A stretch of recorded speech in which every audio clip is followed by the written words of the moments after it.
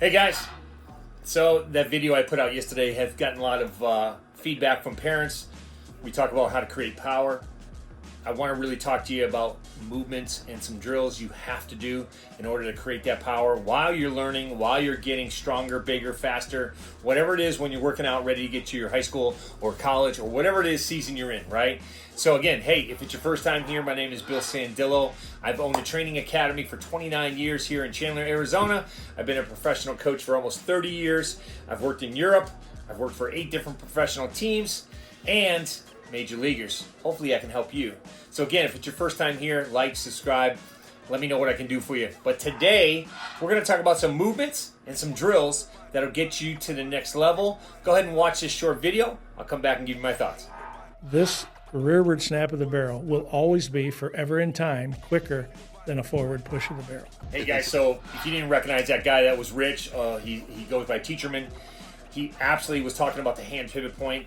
So one of the movements I absolutely tell my guys you have to get down is that hand pivot point. So when that back comes off your shoulders, because a lot of guys like to take their hands from their handset position and then push knob to the ball. So they push their hands down and that barrel never moves. The barrel never gets going. So this is a regular PVC pipe. All we want to do is try to move that barrel. Keep your hands close to your neck.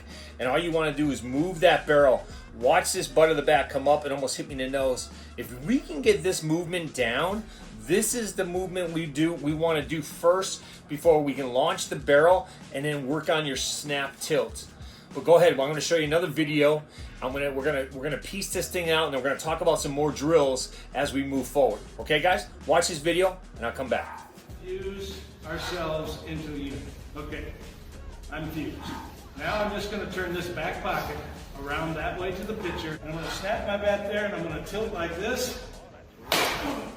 Okay guys, so the next move you have to absolutely get down is you have to fuse your top half. We say maintaining our 90s. So when you talk about maintaining your 90s, so when I do this move here, when I start working that hand pivot point, we're fused on top. That's what Rich was talking about. Our hands are fused. What we don't want to do is lose our 90s and push our hands into an early arm bar. A lot of guys would like to talk about lead arm compression, but again, you got to have some bend in your 90s and you're fused. So when you make that first motion here, you're fused. Okay, then you get the second part of that is going to be lower half when we talk about the Ohtani coil. If you ever watch video of Ohtani hit, his back end, his back pocket goes towards the pitcher. That's the coil move he makes, and then he snaps the barrel and he has a nice tilt as he gets through the ball. Okay guys, so now let's watch Aaron Judge actually talk about that rearward barrel move that he makes that rearward turn, and then talks about all the great players. So let's listen to what he has to say, and then we'll move on to something else. It's quicker. I used to think that, hammering down like this was quicker, but actually going rearward with your barrel, that's the quickest way. I want to think about my barrel kind of going rearward first, because all the greats, they're not really, their bat's never doing this. Like if you watch Barry Bonds back in the day, his barrel's getting in the zone back here, staying to the zone all the way through.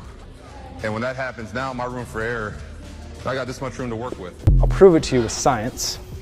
If we look at how to go from point A to point B, a straight line is the quickest way to get from point A to point B. It's the shortest distance, but once you add gravity, a straight line is no longer the quickest way. It's the shortest, it's not the quickest. I've got 2 marbles here. Those marbles on this line, you can see, and I'm just dropping these.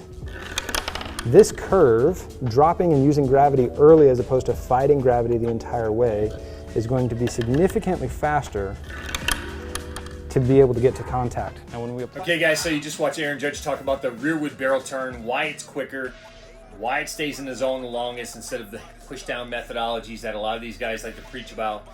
And then we talked about why the barrel turn really whips through the zone because of gravity. We showed you an experiment on gravity, why turning the barrel and how that gravity takes over and creates that whip behind you is why most players have a lot of power. So again, we talk about movements and drills. A lot of this stuff we can work on the tee, but let me show you a couple one-legged drills that I like to do and then we'll end the video there. But if you like what you hear, go ahead and DM me. Let's set up a call. Let's see if I can help you. Okay, guys? Talk to you soon.